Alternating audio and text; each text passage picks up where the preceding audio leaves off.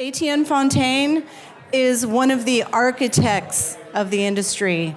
He's been around, he's been here. He's got the battle wounds, and he's got a lot of knowledge. I've known him for a long time, and I really appreciate him doing this for me. Étienne. Thank you. Thank you, everybody. A round of applause for Susan Soares and the entire crew here who put on this amazing event. Thank you guys and ladies very much. It's not easy to do. My name is Étienne Fontán. I have been doing this, needless to say, for 25 years. I'm the vice president and co-owner of Berkeley Patients Group, also of New Leaf, Nevada. We're the nation's oldest and most respected medical cannabis dispensary, and we're celebrating 19 years at the end of October. So, thank you very much. So for many years, I've helped position BPG as a medical dispensary to lead it with a vision into the emerging industry as it expands, evolves, and becomes more professional. I founded medical and recreational cannabis retail, cultivation, and processing facilities in Berkeley, Emeryville, Incline Village, Las Vegas, Los Angeles, and West Hollywood. So I've basically focused mainly on operations, making them predictable, while working to improve the quality and affordability of the medicines for patients and its members. About 11 years ago, we wanted to start testing, and we wanted to look at what was in our cannabis. We had, for many years, had done what's called organoleptic testing, where we actually looked, sight, smell, and exactly kind of told us exactly what we were looking at cannabis-wise. And we're able to guide through that for nearly a decade when, unbeknownst to any of us, we got an upper respiratory infection, which taught us that there was something in this cannabis that we physically couldn't see, but that if it affected us, if we had somebody who unfortunately had HIV or AIDS, it could be detrimental and cause an upper respiratory infection that could kill someone. And I am a combat veteran. That's how I became a patient, and I don't want any more deaths on my conscience, needless to say. So we have worked and refined to bring testing to the United States. We had to actually bring in researchers from around the world and smuggle them into the United States, get them into laboratories so that we could calibrate gas chromatographs, UVH, PLCs, so we could arrive at just the basic litmus of THC. From that, we found, of course, a secondary spike, which, of course, we now know as CBD, which the previous discussion was regarding.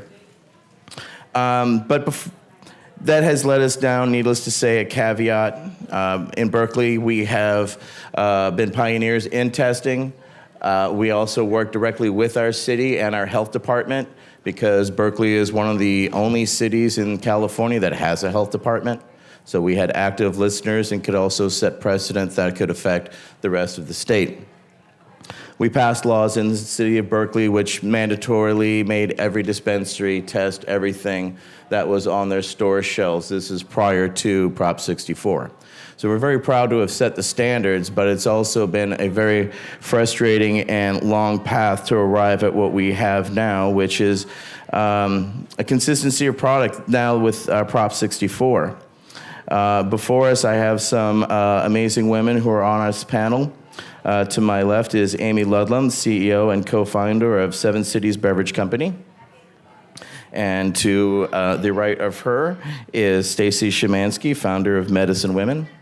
And to her right is Allison Margolin, our attorney. Because needless to say, one of the realities that we all face, even in this legal world, prior to when it was legal and now even more so that it is legal, is we definitely need attorneys and help. And we're navigating a new landscape post-64. And I would like to let each of our panelists introduce themselves, and I'm just going to go through a series of questions that are kind of broad-based because this cause and really ricochets across many aspects of the realities that we're facing today in medical cannabis. So first off, Ms. Ludlum. Hi, everyone. Can you hear me? Yes. Is that better? Okay, cool. So I founded Seven Cities Beverage Company a year and a half ago with my partner and co-founder. We make a drink called California Dreamin'. So it's a sparkling juice. It's in a beer bottle, looks very familiar. And what we were trying to do was come up with something very low dose, recreational, and introductory. And in that process, dosing became a very personal issue for me, because I tried cannabis for the first time only 2 years ago when my partner introduced me to it. And when I first tried it, the first several times, I didn't enjoy it one bit. I didn't get it. It's like, why do people like getting high? And it took a long time before I realized all I can handle is 5 milligrams. That's embarrassing to say in an industry setting, because a lot of people are much higher dose than that. But it took a while and a lot of experimentation before I realized I was a very low dose person. And so that was part of our mission, was to create low dose products. So, being on this panel and talking about dosing and strains, I think the most pressing issue for us in our business and for manufacturers in general is something that's been a little bit underrepresented today and yesterday, and that's the issue of testing, lab testing. We go to extraordinary lengths to dose our products perfectly. We go through, significant statistical error analysis. We've quality checked every single step of our procedures. We go through extraordinary amounts of R&D testing for our products. Just as an example, before July 1st, we sent out samples of our tincture and our beverages to 6 different labs. All the labs agreed that our tincture was dosed properly, but the lab results for the beverages themselves with the exact same tincture, exact same concentration, came back within the range of nothing detected to 5 to 8 to 10, 14. We even had one lab tell us that there was 120 milligrams of CBD in our drinks, which means they didn't clean their machines, and they insisted that it was our fault. So I think the most important issue for us and for manufacturing right now, and one of the extinction events that's happening is a result of testing, poor lab testing, and the horrendous state of testing labs in our state. So I'm happy to talk more about that or anything else you'd like, but yeah, that's a bit about us and our company. Thank you very much, Amy. And Stacy? Hi, I'm Stacy Shymansky, and I have founded Medicine Women. We are a company that has put into place protocols in regards to 57 different conditions, not just adherent to cancer. We work with all different types of medicine that is standardized and regulated.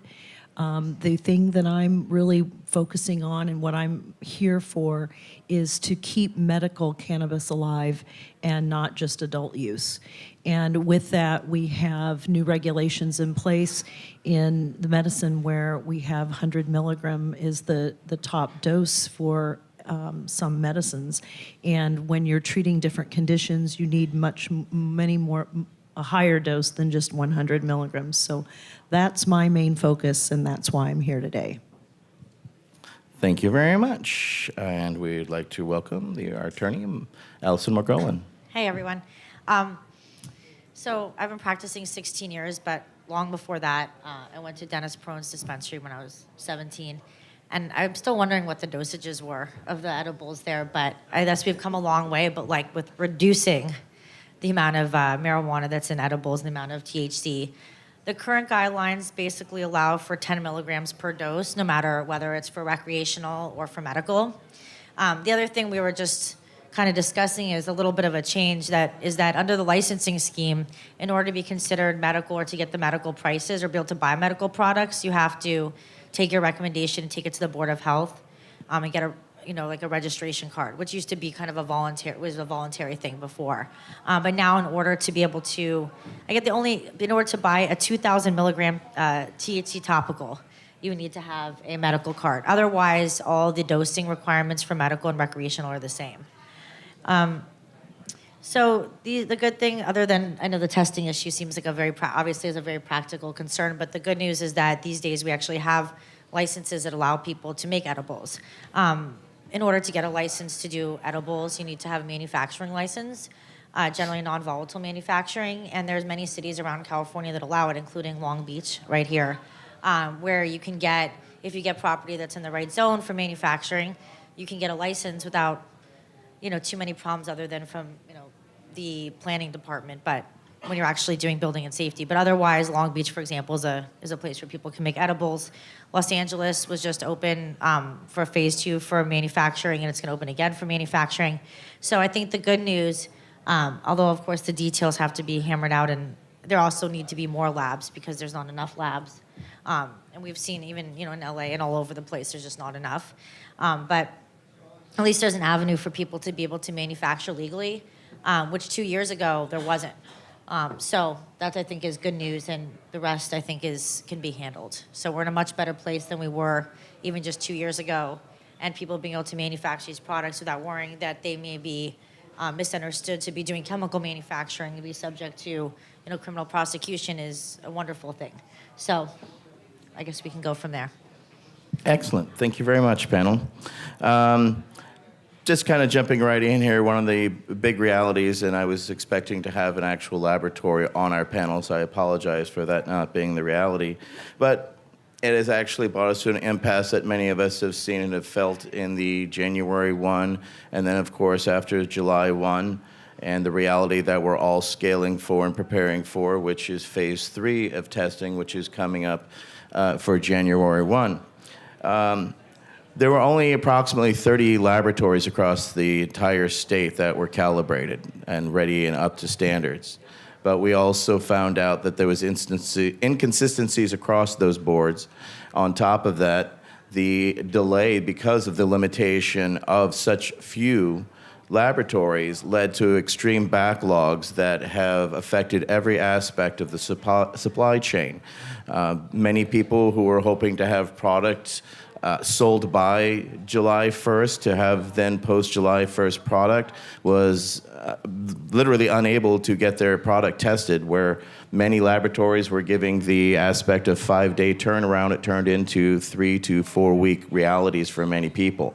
And this type of kink in the supply chain really ripples across very thinly supported businesses financially that are just trying to get above board, just got their certificates, just paying their first salaries, and then they deal with a recall of a product because maybe the BCC isn't as calibrated or isn't calibrated the same as the laboratories that had previously tested the product.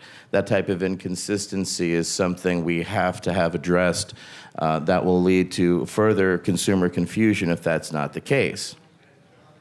So, how are you preparing for the new world coming for January 1, which is for myself in Berkeley? I know I'm going to lose certain products such as water hash. We're going to lose that because microbial testing just fails on Berkeley municipal water as it is, which shows also the failure of the testing standards and still the need for testing standards.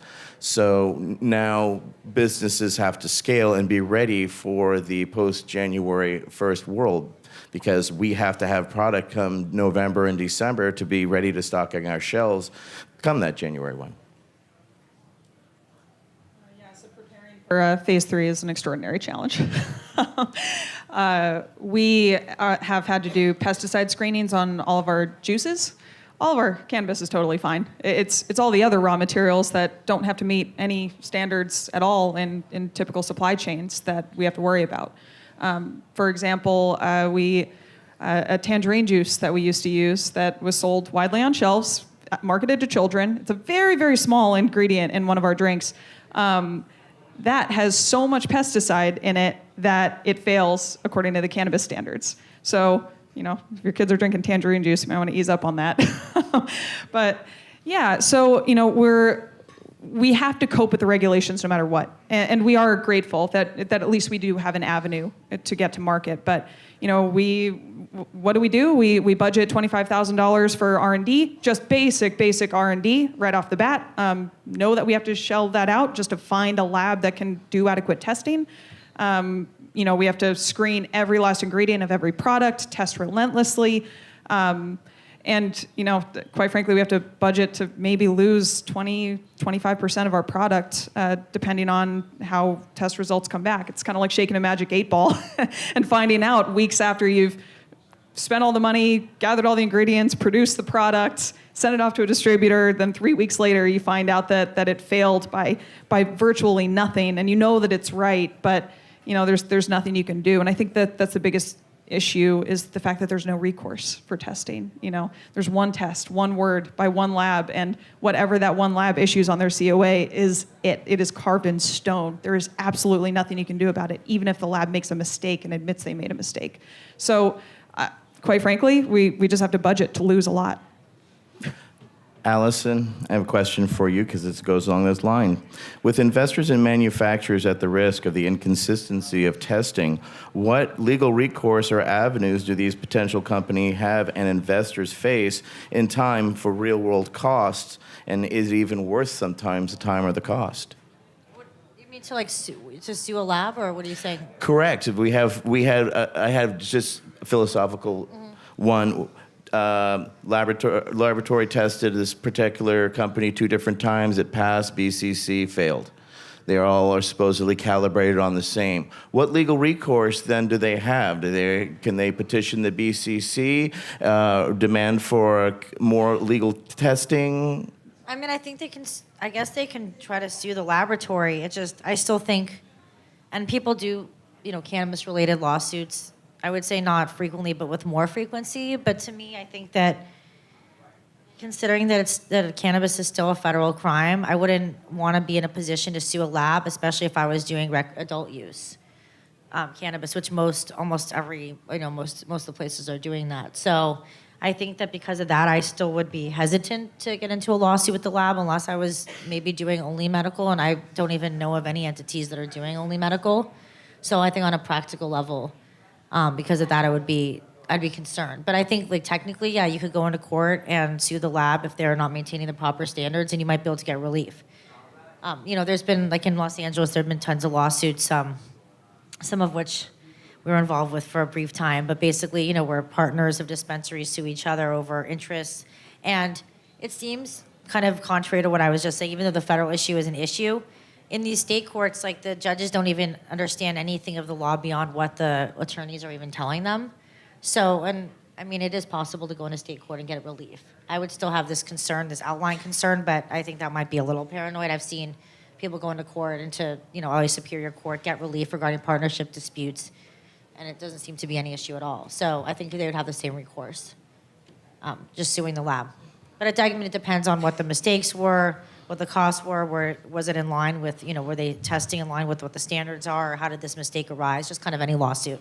And I don't know if the cost would even, I don't know what would be the damages on that type of thing, and if the damage would be high enough for any attorney to want to take on that case, and that's kind of one of that's the major practical consideration. But if the damages were high enough, then someone would take it on. So it's just are your damages, above $100,000 or $50,000, something like that, then I think then an attorney would be willing to take it. I think that's kind of the practical consideration. But size of wholesale orders could easily put that right into those types of financial realities for suppliers and distributors. So it's a reality that has to be contemplated at the manufacturing level. One of the realities, and of course that's even in the name of our discussion, is how do we even know that the strains that we are selling are truly that they are genetically? Anyone care to go with that one? I think that no one has any idea. Am I right? Yeah. Okay. The reality is we don't have a germplasm institute in North America. In fact, we're dealing with individual seed companies.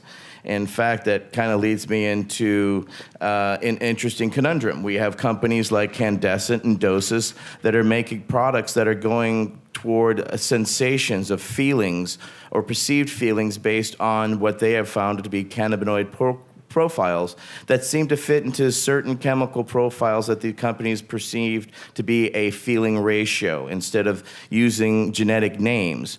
The reason for this is because the reality is some seed companies have actually sued manufacturers for using actual strains and specific strains in the use of those products. So is this a trend that we see continuing as proprietary manufacturing trademarks use trend names as perceived perception names and thus contributing to the limited or overall customer/patient's understanding of overall what's been out there, i.e. these silly names that we've been perpetuating for decades?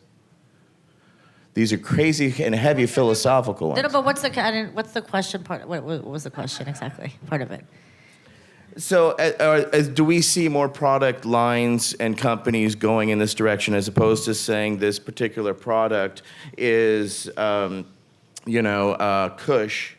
This promotes relaxation or excitedness, creativity, etc.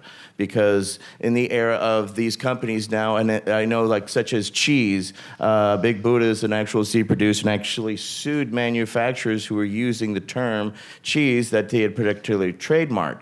Whereas there's a kind of a conundrum, whereas greenhouse seeds tried to sue in international court to actually have their names protected, and the international court threw it out saying it's illegal, it doesn't really matter. Whereas we're seeing here in the United States these type of trademark attacks that have literally causing entire companies to reshift their entire understanding to try to rechange your perception on what you view cannabis is. Okay, I understand. So in the United States, two things. Number one is under federal trademark law, you can actually trademark anything as long as it has a legal use, which is like very interesting and different than every other area of law. So like if you have like a shirt that you can make a shirt, let's say a cannabis themed shirt, and trademark that, and then you can use that trademark to attack cannabis products because there's a likelihood of confusion. And in California, we also have a trademark scheme that's specifically for cannabis. So those protections are obviously increasing, and California's trademark regime just started this last January. So I would say that the people and entities are not going to be able to use the names they were using before. As often, obviously, because they're going to be subject to these trademark attacks. Even if it's like a shirt with a cannabis-themed clothing, the standard for trademark is likelihood of confusion. And if you're doing cannabis-themed clothing and someone else is making a cannabis product of the same name, it would have a strong likelihood of confusion. So I think that will be increasing. But then, and speaking to the strains and the shift towards more feelings instead of being strain-specific, that's what big CPG wants out of this industry in the long run, and I think that's what people are positioning themselves for. So it's a lot easier to be really, really consistent with a very specific blend of isolates and terpenes that you control, and you blend that formula exactly the same every time, and you advertise it as relaxation, and you make no further promises. Even relaxation isn't really a promise. But I think that a lot of that is very forward-thinking of the industry in an economic sense, not forward-thinking in a wellness sense, not necessarily addressing consumer needs right now. So, what we are doing and what some others are doing is, we push full spectrum crude. We do what we can, and we sell that now while it still is a thing and something people want and understand and demand. And all we can do is keep educating and hope that stays the way it is, that we can continue selling this as a full spectrum product, and keep customers engaged on that. Stacy, do you feel the confusion that will be felt across the patient base? Across the patient base, I feel like it's really confusing because it's misrepresentation of products. And when you have certain companies out here that are just looking at certain feelings, it's not giving the plant or the varietal that they're using the full representation of what that varietal is. So I'm not really in agreement with that. It's a conundrum that we have to, look at and we have to examine, because we as suppliers, we are always educating at the medical level for many years. So we've been using these names, as well as patients themselves have 20 plus years of knowing and utilizing these names. So one of those main realities that we've always had is nomenclature. But it also sees, and I go back to what is stated, we need a germplasm institute in North America that's maintaining these genetics that are out there in the public domain currently that have these funny names, because it should be, since they are out there in the public domain, Allison, how can people then necessarily trademark these types of genetics they've spread throughout the world? And once I have that seed, I can't put that genie back into a bottle. Microphone. Are you talking about people who are trademarking the actual genome versus the name? Yes. Because there are people that are out there, Phylos and medicinal genomics are looking at actually patenting and gene mapping these genetics.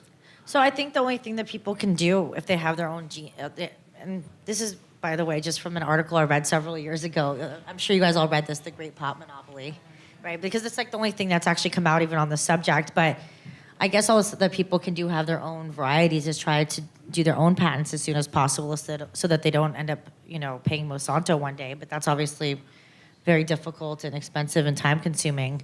But I think that's really the only vehicle that we have under the law to protect people. And, if people can somehow document how long they've been growing that strain for, of course, that's kind of a complicated, strange thing. If they've been growing it longer than the other companies, that can obviously help. But kind of documenting if you have original varieties and getting your own patent is the only thing that places and people can do. Excellent. So what short-term challenges are you currently experiencing in this new Prop 64 landscape that you were, such as pre-January 1? Orbit testing is by far the biggest issue. So it's certainly testing, but I mean, actually also sourcing strain-specific cannabis has been extraordinarily challenging the last 6 months. In fact, I almost can't believe it. We try to source very common strains, like Blue Dream. Blue Dream should be everywhere. That should be the easiest thing in the world to find, but it's actually hard to find now. So I feel like the entire supply chain is suffering for a variety of reasons. Obviously, testing is the pain point for manufacturing. Cultivation has other pain points. But the problem is if every point in the supply chain has at least one major pain point, it still ripples, and we all feel it together, no matter what that is. So, it's kind of a broad answer, but we're all hurting in a way. I've noticed with our clients and coming to us and trying to go out and source the same type of tinctures or varietals that they have been using for 15 years for their conditions, and they go back to the dispensaries that we recommend them to go to and get the certain brand that they've been using for a decade now, and now some of those companies can't meet the requirements, so now they don't have that medicine in place. And you're correct, with Blue Dream, it's hard to find, and Blueberry even is hard to find. We had an information and resource center in 2003 in Santa Barbara, and we had DJ Short himself come and do a cultivation class and sell his seed supply then to some of our attendees. And we've noticed that he's not willing to let go of any of those things anymore because of conditions just like these. So I think the biggest change that happened, at least locally here, was after July 1st, because as of July 1st, the dispensaries in Los Angeles and Oliver could no longer stock anything that didn't come from licensed cultivators. And the issue with Southern California is that LA is still in the process of licensing growers. So that means nobody who is growing in LA can continue to supply dispensaries, which I think has had a really large impact on the situation. And not just LA, kind of all around Southern California, because even places, let's say last year that they started licensing like Adelanto, or other places like Long Beach even, when you think about the fact let's say some places got licensed a year ago, but to build out their facility, go through building and safety, and get all the permits, most of them are still not cultivating legally also. And this is all of like Southern California. So all those people who are, doing basically their illegal grow and getting licensed at the same time and moving their illegal stuff, now they're not able to, which means there's like very little, Southern California indoor marijuana, and then that obviously has a ripple on everything else. So I think during this transition time is kind of an issue on the supply, and that's been, I think, the biggest challenge, at least locally, as of July 1st. That the biggest change that's happened. Stacy, what patients have been complaining about the most post January 1 and then post July 1? The most mostly it's been July 1. Most of the tinctures and a lot of the higher doses of brands that they've been able to receive, they're not able to receive those in a lot of different dispensaries. They're not able to get the medication they need, and most of it has been in tincture form. And that is actually one of the biggest problems that we had in the post-64. And it, in fact, started for us on January 1 because the dosage changed from being over 1,000 in some cases to now being limited to 100. And that reality affected quite a few patients all across the board because people don't seem to realize the majority of products that are in dispensaries were created by patients for patients in the absence of those products being available or dietary needs accessible. And by now having complete and utter limits on dosages, patients have had to go back to making their own medicine again. And of course, they're trying to have to go to the illicit markets because many of us aren't selling leaf or butter like we used to. It was one of the consistent staples that we as dispensaries were always able to have and to turn around. And people, especially a lot of our patients, got very spoiled by having the access of the higher realities of those dosages. And those limitations have hurt these people across the board. We have limitations on the size of pills, so it causes patients to have to take more trips to dispensaries to have the consistency of medicine that they need. So with these challenges that we now face, how do we as patients or as those that are not happy with the dosage limits that we are currently experiencing, how do we affect the change now at the state level, now with the reality of the final regulations coming on board? Well, I just had this idea kind of based on something that happened this week. So Jerry Brown just signed a law that legalizes selling home-cooked meals. I don't know if you guys saw that.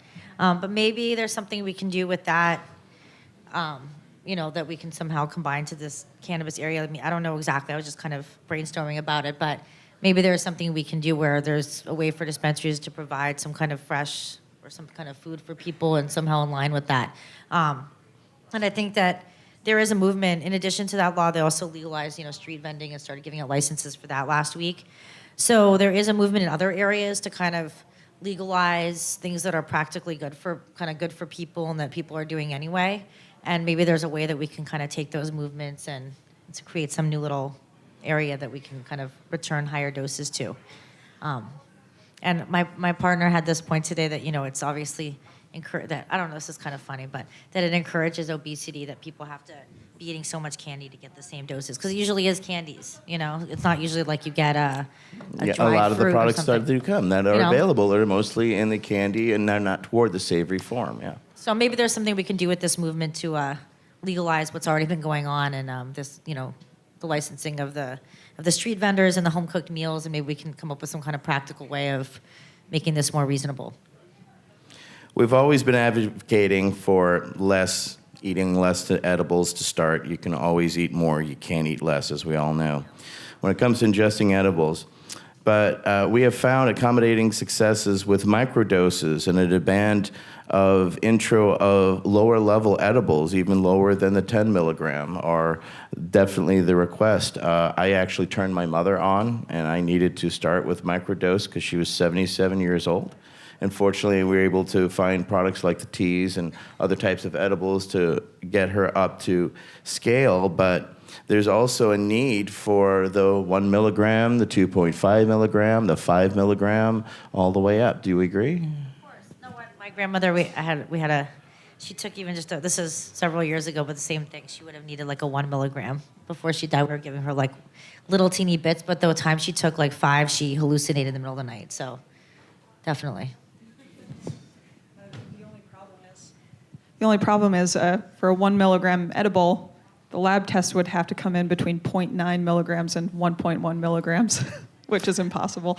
And that's the limitation that we have Right. laboratory, again, hoping to have a laboratory here. Right, and there are some adjustments to the draft regulations. No idea what the next draft will come back as, who knows, but But even if, for example, if we wanted to do a 5 milligram drink or 2.5 milligram drink, we can't. It's below the limit of detection at the labs. So, like, they flat out tell us no. I got a call from a lab director saying, please tell me you aren't doing a 5 milligram drink.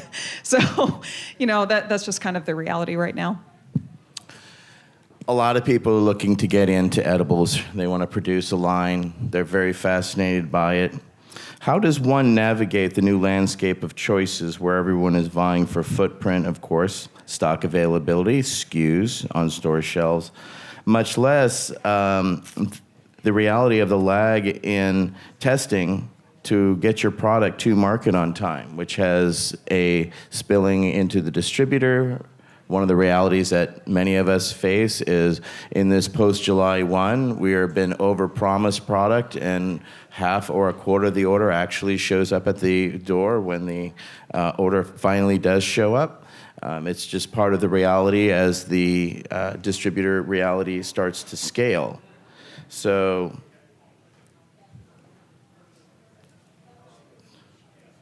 Sure. So I think possibly the single greatest saving grace of this industry has been forgiveness. Retailers are the most forgiving people on the planet as long as you provide compliant products and quality products. So, we try to fulfill our promise to retailers in that we are fully compliant. We always provide quality products, but, without that forgiveness, I don't know how anything would wind up on a shelf because nobody can provide really, truly consistent, perfect supply right now. So that's just kind of the state of things, I think.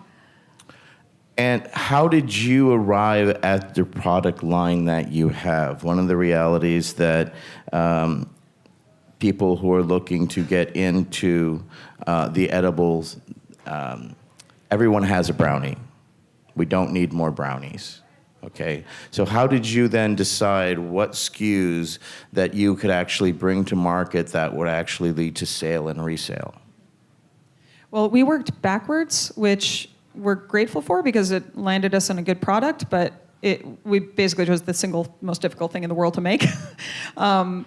So we worked backwards in that we wanted to create something that hit you faster than an edible, could be low dose, and you could experience over time. I think one of what you were saying about candy, even so from a medical perspective, yeah, you'd have to eat a lot to get your dose, but if you wanted to enjoy it socially, how do you eat just one gummy bear? I don't know. I can't do that.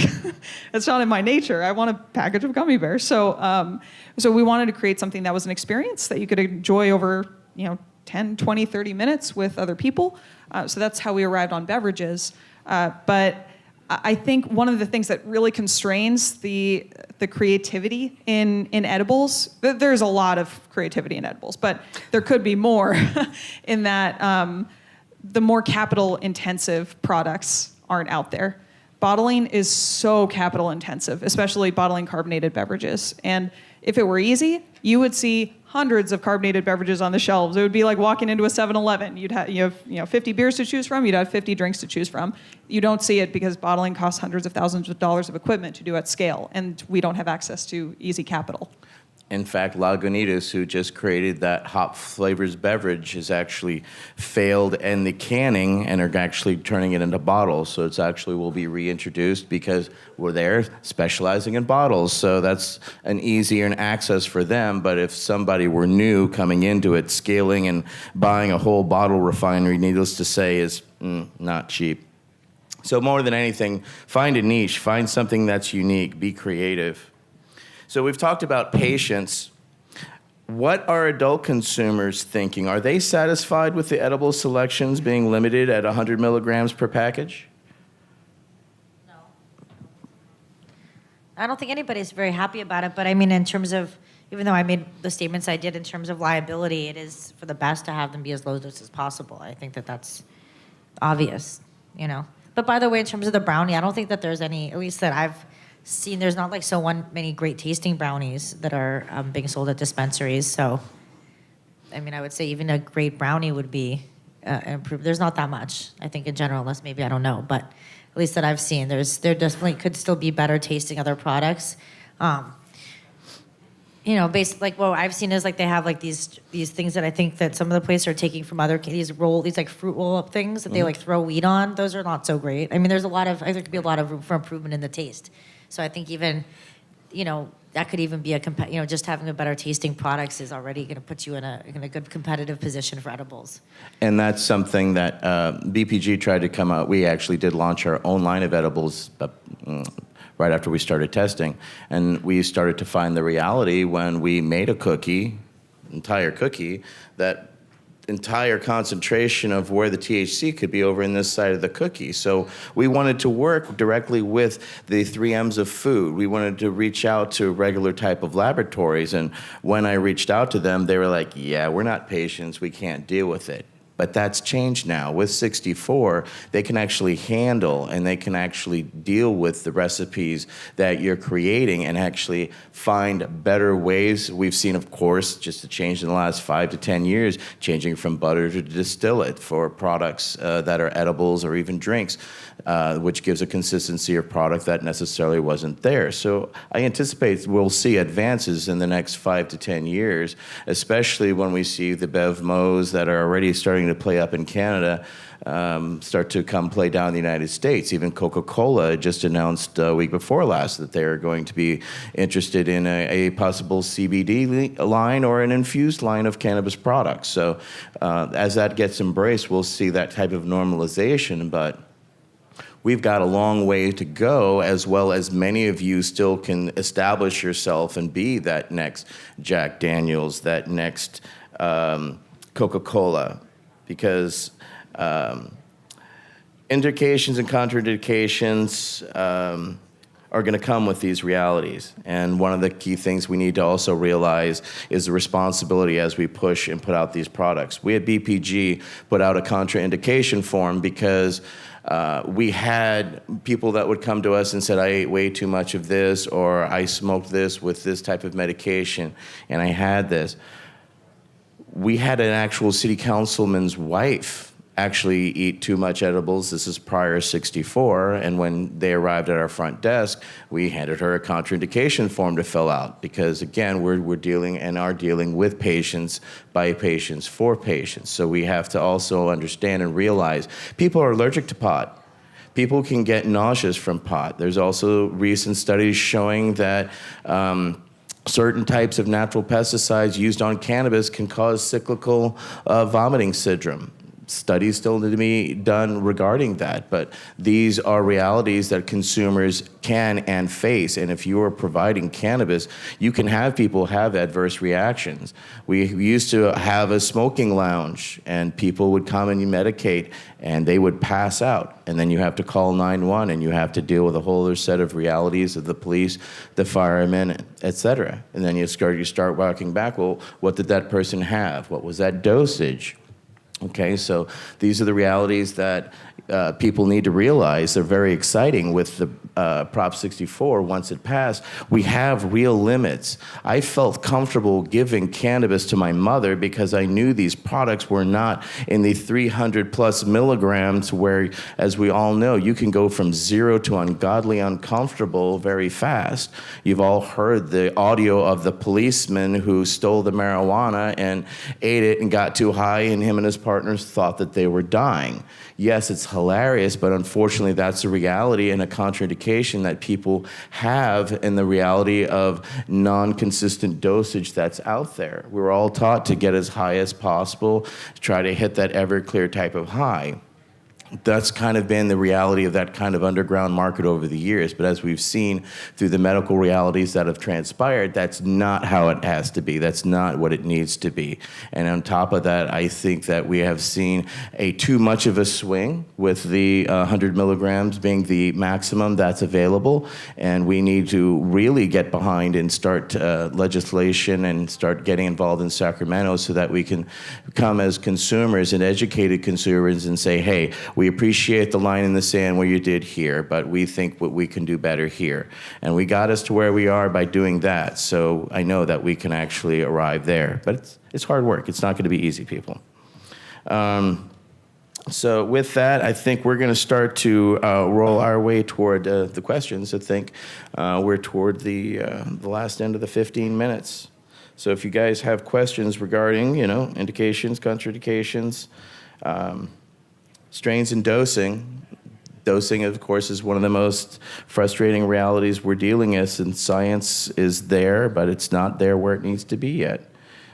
We're looking at proprietary technologies where people are trying to create dosages that are consistent from the inhaler to the edible to, as you saw with the Dosis has a pen where it actually has a titrated dose that is consistent on each and every single inhale.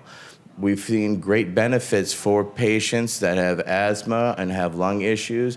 That type of limitation on the inhalation is very helpful because it doesn't push them past their comfort limit for their lungs so they don't feel the need to cough, etc. And as we're dealing with a lot of older clientele, we still need to actively listen, but at the same time promote these types of technology that help people.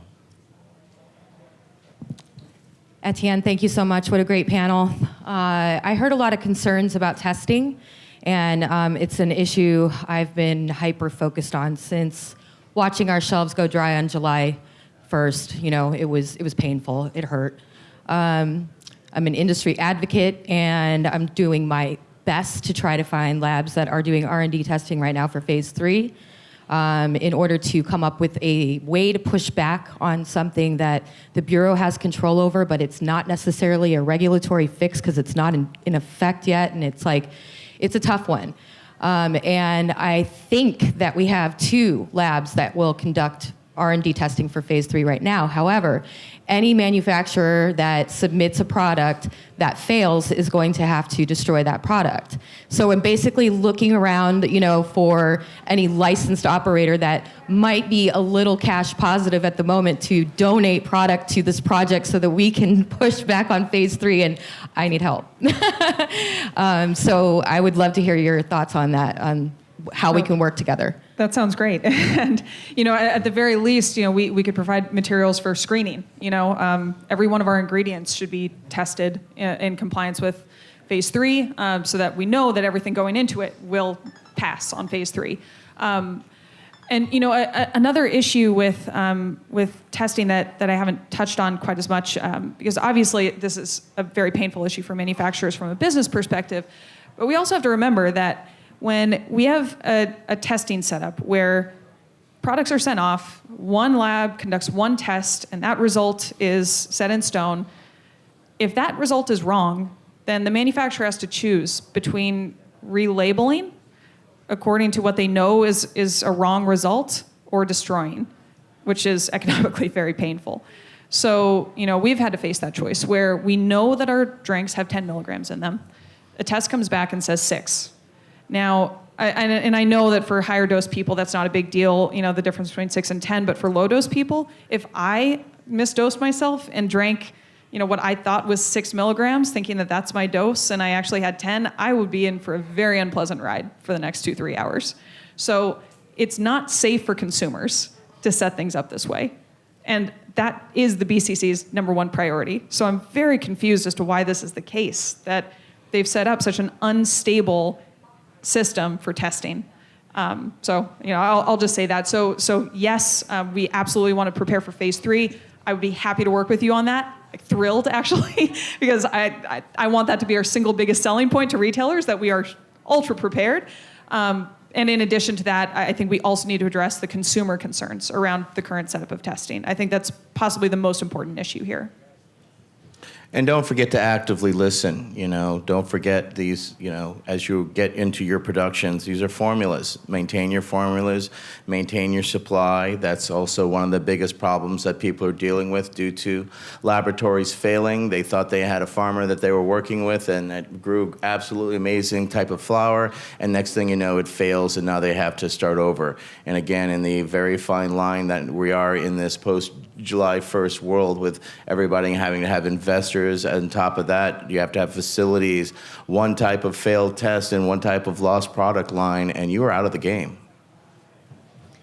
So I thought maybe we could touch on, it's the associate at the dispensary that gets to interface with the consumer, and is their coach, is their wellness associate. And there's no required training for this position, even though we've just opened the doors in California for anybody over 21 years of age to walk into a shop and purchase cannabis. It's going to have an effect on their body and their thinking and how they feel. And as a manager at a dispensary, like that's the biggest thing is all like 80% of our people are new to cannabis and they're older and they're trepidatious and they want reliable information. How do they start and how do they start using it in a safe way? So I'm afraid that we're going to have backlash and get bad press because of the lack of education in these bud tenders that are just, oh, hey, you want to sleep? Here's a heavy indica or whatever, and don't give the background of like, go low, go slow, wait 2 hours before you eat the whole bag of cookies, things like that. Maybe we could touch on that a little bit when it comes to dosing and everything. That is one of the most important things. We at BPG actually train our bud tenders for a week before they actually go on the floor. And it's one of those things that we have always realized that we had to teach our people. We understood that they showed up from Oxford University. They're great and bushy-eyed and they've got wonderful ideas. It's not applicable, though, in the real world. So we have to, and have always instituted our own type of education. You know, they have to go through the regular sexual harassment trainings and the types of legal trainings that they go to.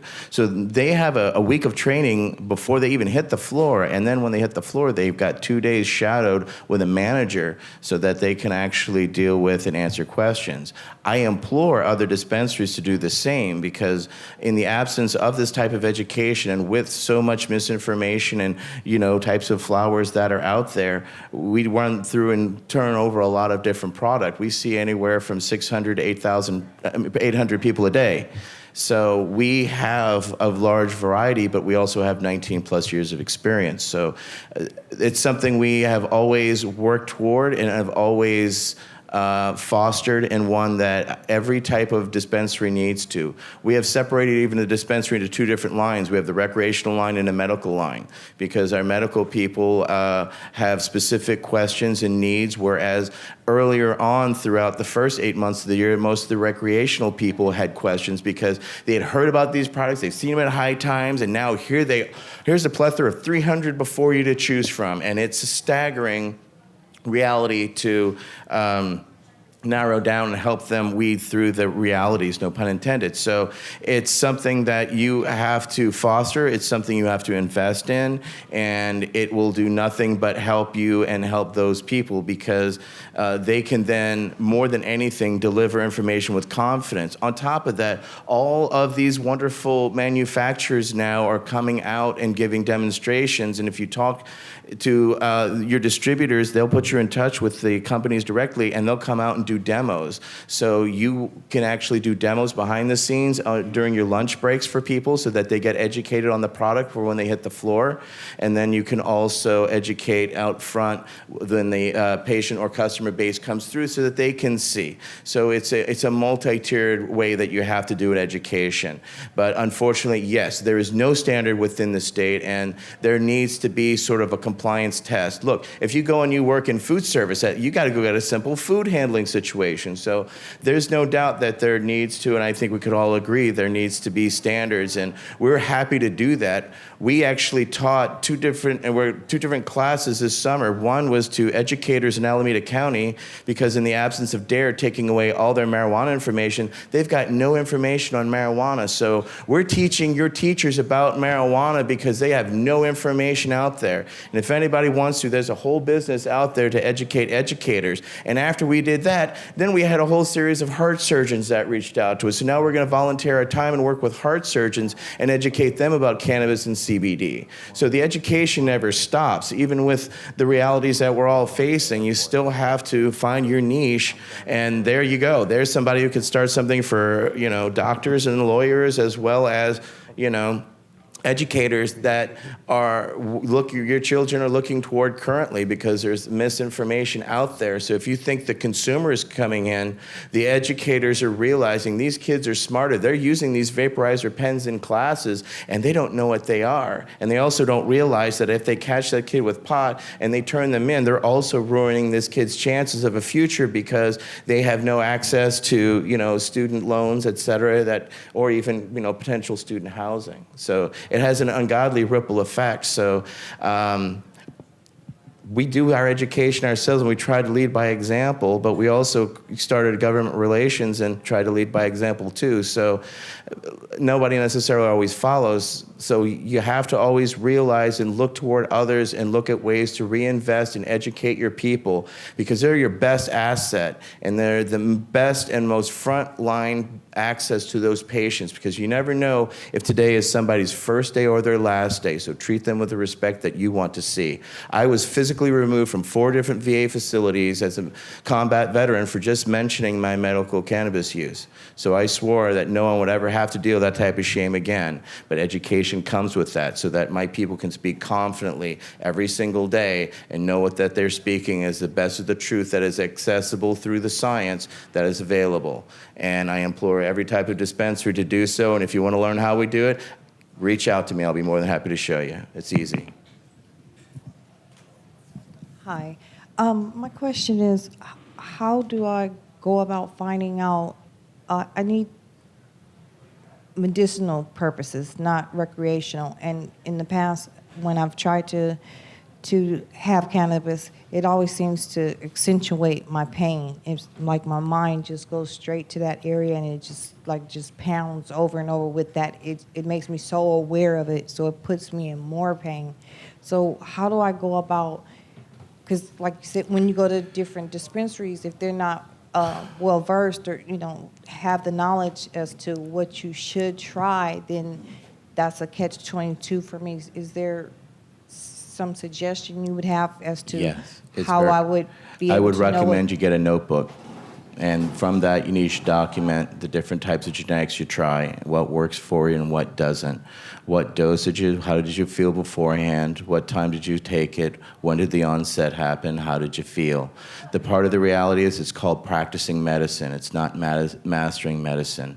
And the same thing that doctors have to do, where you have to whittle down and try to find the type of medicine that works for you. Right. I hate to be the reality here, but there's over 1,000 different types of flowers with different types of chemical capabilities. Some can make you more uncomfortable, and what works for me, and you and I could have the same type of cancer condition, what works for me won't work for you, and for vice versa. So unfortunately, the same thing I have to tell every patient is welcome to the journey, and the best way to do so is to take a notebook, document it, talk to your doctor, talk to your friends.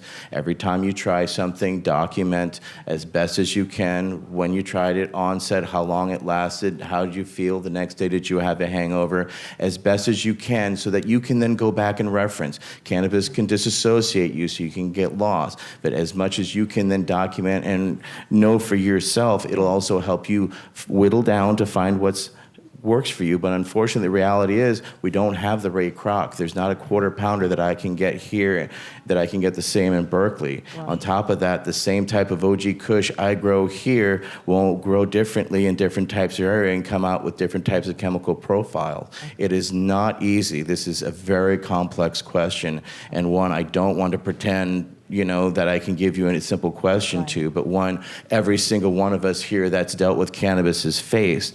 And there's types of flowers that are potentially out there for you, but there's also the reality it may not work for you.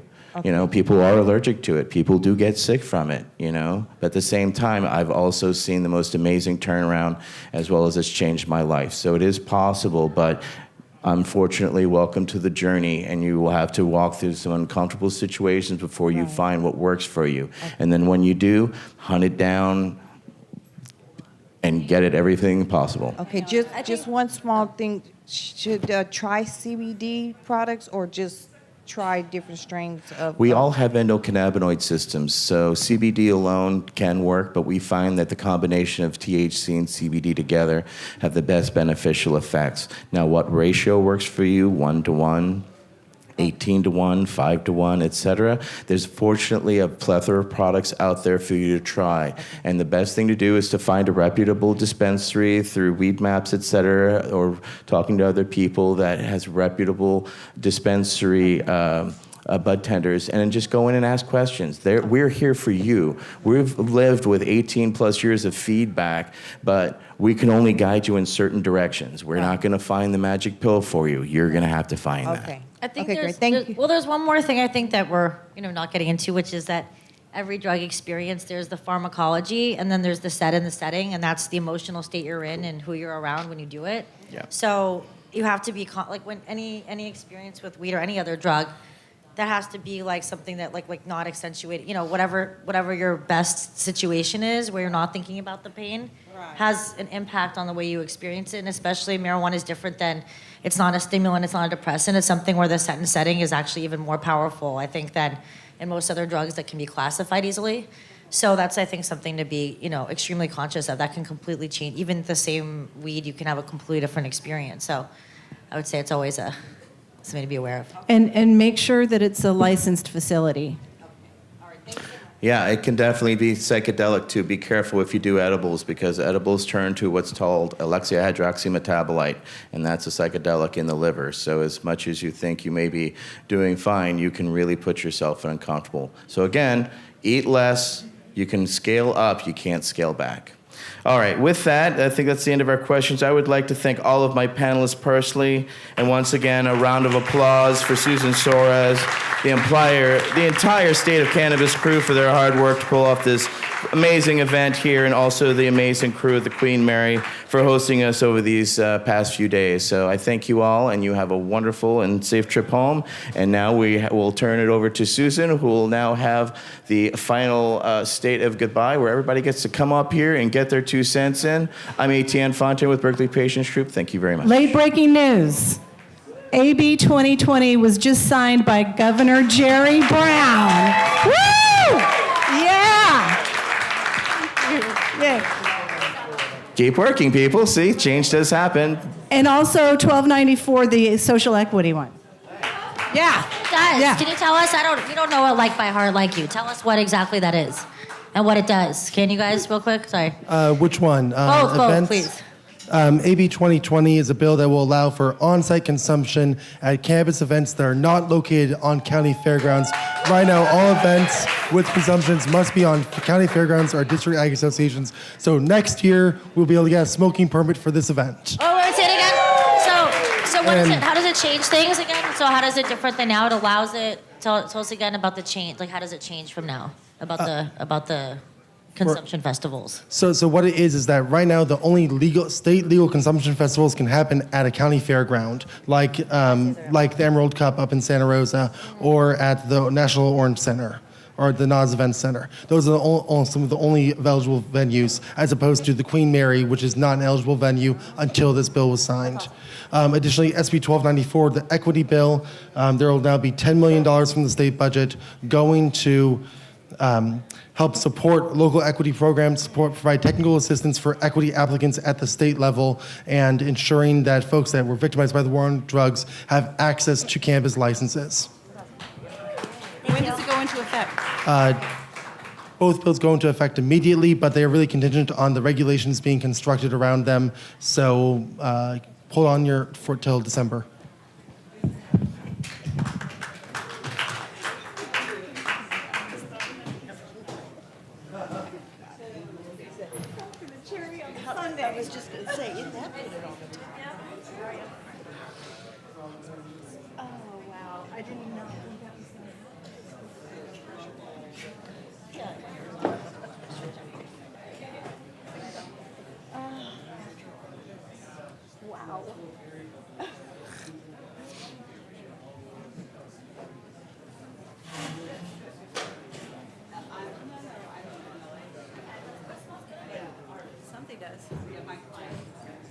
Okay, does anyone want to take me up on the open mic? Do I have any? Yes? All right.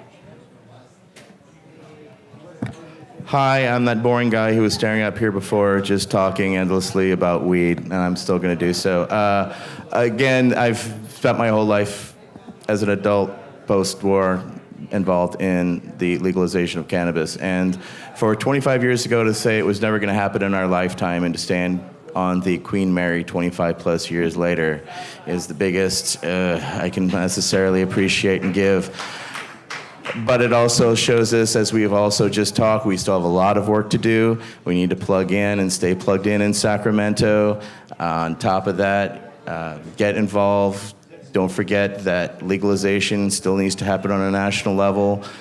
We still have 41 other states out there languishing in a shitty reality that we do no longer have to live with. So we cannot forget our brothers and sisters that are still languishing in jail who need to be freed so that we can celebrate all together and get their creativity plugged in so that we can also use their experiences to also help further us along and push us all together. So, thank you.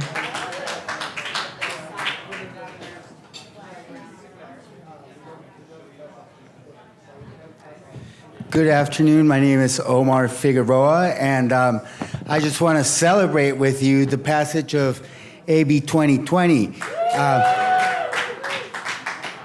I think it's really momentous because we're going to see California once again become the global leader when it comes to cannabis events.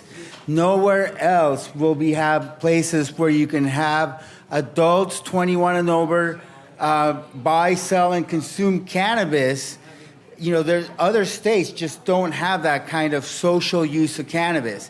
And what I've been thinking in the event that AB 2020 did pass, and the reason I'm up here is because I want to plant these ideas in your brain too, would be a cannabis events that involve music as well as food, as well as, well, I guess coffee. They don't allow tobacco or alcohol at cannabis events, but there's always the A-camp workaround where outside the premises of the cannabis event, there's some sort of like little, yes, the premises definition. But in any event, we're at a historic time where I think we're going to be seeing some cannabis events. So let it be known, no longer confined to the county fairgrounds, anywhere that the locals are okay with. And so how do you get the locals to give you the okay? Start educating the locals about the incredible economic opportunities that cannabis tourism can bring to the jurisdiction. I'm thinking that Mendocino County needs to have cannabis festivals, plural, starting as soon as AB 2020 takes effect, which I believe is January 1st. And many other jurisdictions will have them. You know, like every place that has taco trucks ought to have taco truck foodie events involving cannabis. And I will gladly attend all such events. And the possibilities are endless. You know, I think the Bureau of Cannabis Control needs to come up with tiered fees and tiered licensing to encourage smaller events so that you can have kind of like dinner events that maybe are smaller, you know, a couple dozen people as opposed to 1,000 or 10,000 people. And yeah, I'm a lawyer. I can tell you all about cannabis events. Time to go. My minute is up. And good to talk to you. Thank you. Hello, I'm Dale Schaefer. I'm an attorney in the industry. I'm a disabled vet, and I'm one of the attorneys for Weed for Warrior. So the equity program was huge for us because we now can get help for veterans. Veterans can apply and get waivers of local fees. It's been around since multiple post-World War I Veterans Acts were passed, but we couldn't get into these equity programs and get the support that they bring, the available money they bring, and the other services. Many of us are trying to help these equity programs, and it's a hard peddling job, but $10 million state level waiver of fees is huge. We're still waiting on Compassion. 829. I was on the coalition that got that available so retailers can give free medicine. It's very limited, but it's a start. We're going to go back next year and get to the legislature asking to please open it up for more. WHAM had to close. Caladrius is struggling because they can't vertically integrate. Places where I'm from in the hills where we grow a lot of very good cannabis, don't have services. So watch your ballots. There's, I think, 45 initiatives on the ballot this year. November is going to open a lot of places up. And where I live, we're anxious to build the local specialty growers and organize them so that they can organically grow, control, and market down here where you guys like to smoke the stuff that we grow so well up there. There's other bills out there, but just we're so happy for this, and let's hope they don't do anything to delivery everywhere, because we as Weed for Warriors will drive it everywhere. We want to make money on it, but we want to break into these places, and we're ready to defy some local sheriff to arrest us. Please. I went to federal prison for this for 5 years, so please come arrest me again. I want to put the gloves on with you guys. Yeah.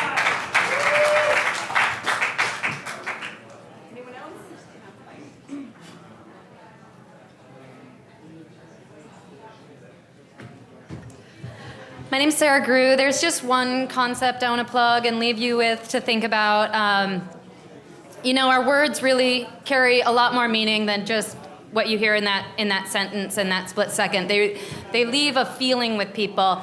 When we're talking about cannabis and the feeling that we leave people with, we're doing so much educating and we still have so many walls to bring down. It's really important that we're mindful of our words.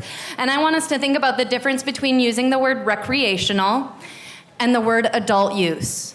And really think about the feeling that leaves you, and really think about your audience and who you're talking to, and make sure you're using the right word and that you're communicating the right image and understanding of this industry and of this plant. The media runs with recreational, but what does that make you think of? I think of like college dudes in khaki shorts doing stupid tricks off boats. Whereas when you talk about adult use, I think about my mom being able to take ownership of her own wellness and walk into a shop and buy a trusted product. And I think that's really important that we as industry members carry that forward so that when we're talking to our community, they can continue to talk about cannabis in a professional and respectable way. Thank you.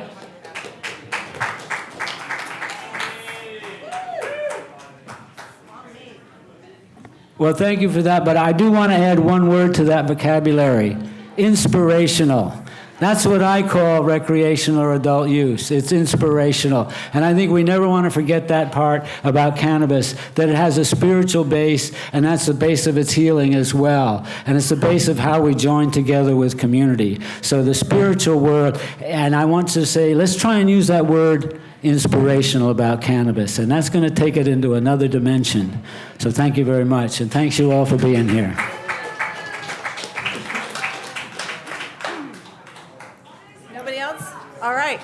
All right. Well, thank you guys so much for coming. Thank you. A big thank you to my amazing sponsors.